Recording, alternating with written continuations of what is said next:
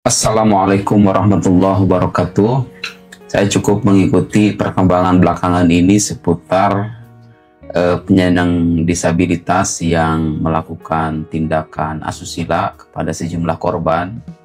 Saya juga mengikuti bagaimana lika-liku terjadinya hal semacam itu.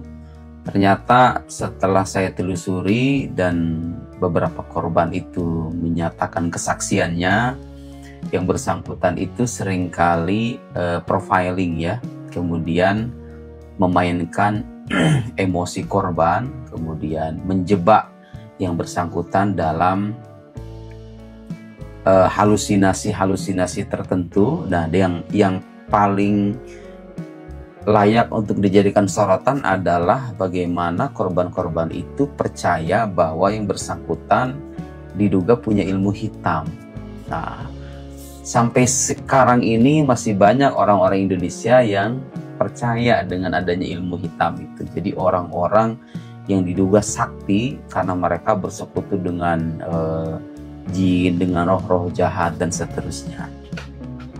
Saya kira kejadian semacam ini menunjukkan bahwa akidah itu sangat penting dalam kehidupan, jangankan kehidupan beragama, kehidupan bersosial kita itu sangat penting. Karena bagaimanapun keyakinan itu bisa mempengaruhi tindakan.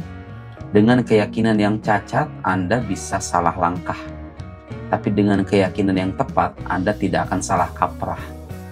Jadi, apa yang terjadi belakangan ini bagi saya itu semakin menguatkan kesimpulan bahwa dalam beragama itu kita tidak bisa mengabaikan dan mengesampingkan pentingnya akidah yang sehat, akidah yang tepat, bukan akidah yang cacat ya. Nah, di antara akidah yang cacat itu adalah keyakinan bahwa roh-roh jahat atau ilmu hitam itu bisa memberikan dampak, bisa membahayakan, bisa membunuh orang. Itu tidak benar, saudara, tidak benar.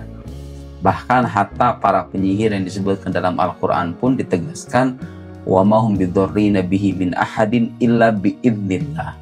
Jadi para penyihir itu tidak akan bisa membahayakan kecuali atas izin Allah. Artinya kalau Anda punya koneksi dan hubungan yang baik dengan Gusti Allah, Anda sholat 5 waktu, Anda mengamalkan doa-doa yang diajarkan sama Nabi Sallallahu Alaihi Wasallam, setan itu lemah sebetulnya dibandingkan kita. Jin itu secara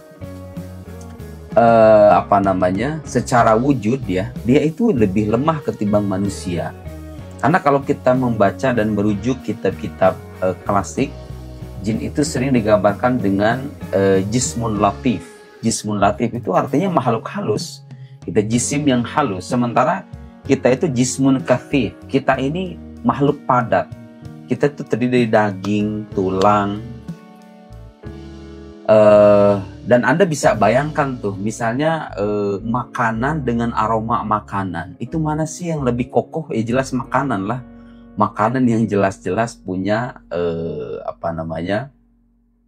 punya kepadatan gitu loh, dibandingkan aroma makanan. Jadi makhluk halus itu seharusnya kita pandang tidak sebagai sosok yang bisa membahayakan secara serius gitu loh. Anda itu sebagai manusia, apalagi kalau di balik fisik Anda ada keimanan yang kokoh, makhluk-makhluk semacam itu harusnya takut kepada kita, bukan sebaliknya, bukan kita yang takut dengan mereka. Karena secara struktur bangunan jisim pun mereka itu makhluk yang lemah sebetulnya. Bahkan guru saya itu pernah bilang, andaikan Anda membaca ta'awud, membaca a'udzubillahi minasyaitonirrajim, qabail minal jin. Jadi kabilah jin itu, satu kabilah itu bisa lari terbirit-birit. Jadi kita penting nih mengoreksi keyakinan dan memantapkan akidah yang lurus itu. Supaya apa? Supaya kita tidak salah kaprah dalam melihat fenomena-fenomena yang kerap kali terjadi di negeri kita ya. Orang-orang yang ditipu, orang-orang yang dimanipulasi, orang-orang yang lemah akidahnya, kemudian dimanfaatkan kelemahan itu oleh orang-orang yang suka menjual beli hal-hal mistis ya, memperjualbelikan hal-hal mistis. Saya ingin tegaskan sekali lagi bahwa dalam agama itu kita percaya dengan hal gaib. Tapi kepercayaan kita terhadap hal gaib itu harus memiliki landasan.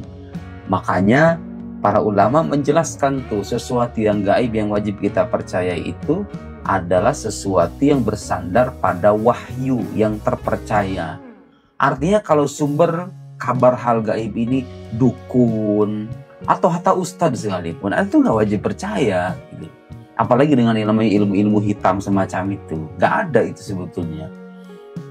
Jadi hal-hal semacam itu tuh sayangnya sudah menjadi warisan turun-temurun ya.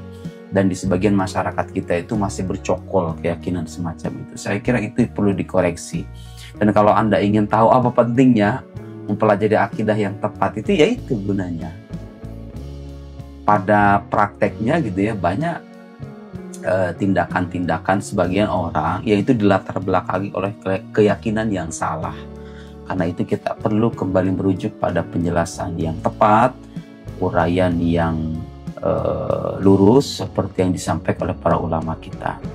Kita percaya dengan hal gaib selama itu disampaikan oleh Nabi.